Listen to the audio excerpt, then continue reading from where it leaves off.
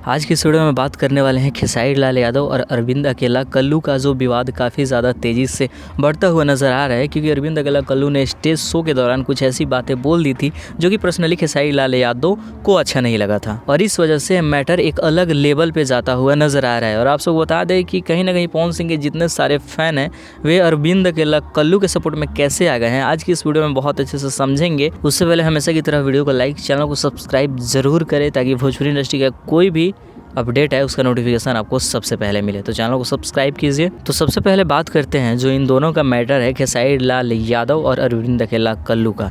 इसकी शुरुआत कहाँ से हुई? दरअसल आज से 2 दिन पहले अरविंद अकेला कल्लू एक स्टेज शो कर रहे थे। स्टेज शो के दौरान उन्होंने कुछ ऐसी बातें बोली जिस पे इतना ज़्यादा विवाद हो गया, और वो शब्द क्या थे आप सुनिए पहले।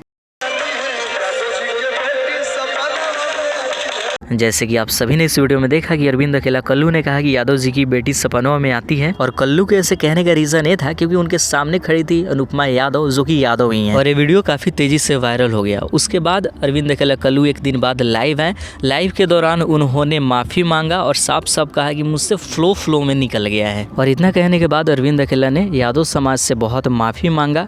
सब चीज नॉर्मल चल रहा था। उसके बाद कल रात खेसारी लाल यादव लाइव आ गए, और ये बात खेसारी लाल यादव अपने खुद के ऊपर पर्सनली ले लिए। उनका कहना था कि कृति यादव मीन्स की खेसारी लाल यादव की बेटी को टारगेट करते हुए अरविंद अकेला कल्लू ने गाना गाया। उसके बाद आगे खेसारी लाल यादव का कहना है कि नेक्स्ट स्टेज शो यानी आने वाले स्टेज शो में अरविंद अकेला कल्लू से यादव समाज कुछ न कुछ तो बदला लेगी ही। अगर इतने बड़े सुपरस्टार ऐसे कह रहे हैं जिनकी फैन फॉलोइंग पूरे यूपी बिहार में ज़्यादा है, और कहीं ना कहीं बिहार में जातिवाद कुछ ज़्यादा ही चलता है, तो यादव समाज तो खेसारी लाल यादव के सपोर्ट में पूरी तरह से हैं। तो अरविंद अकेला कल्लू के होने वाले अगले स्टेज शो में अगर कुछ ऐसे होता है तो कहीं ना कहीं लोग खेसारी लाल यादव को ही टारगेट करेंगे। तो जो भी हो जैसा भी हो, आप लोग भोजपुरी फिल्म इंडस्ट्री एक फैमिली की तरह है, और फैमिली में एक दूसरे के बातों को एक दूसरे के सामने बैठकर बहुत अच्छे से समझा जा सकता है। ऐसे लाइव खेलने से कहीं ना कहीं भोजपुरी इंडस्ट्री और ज़्यादा बदनाम हो रही है। और ऐसा भी नहीं है कि कल्लू ने एकदम से सही किया।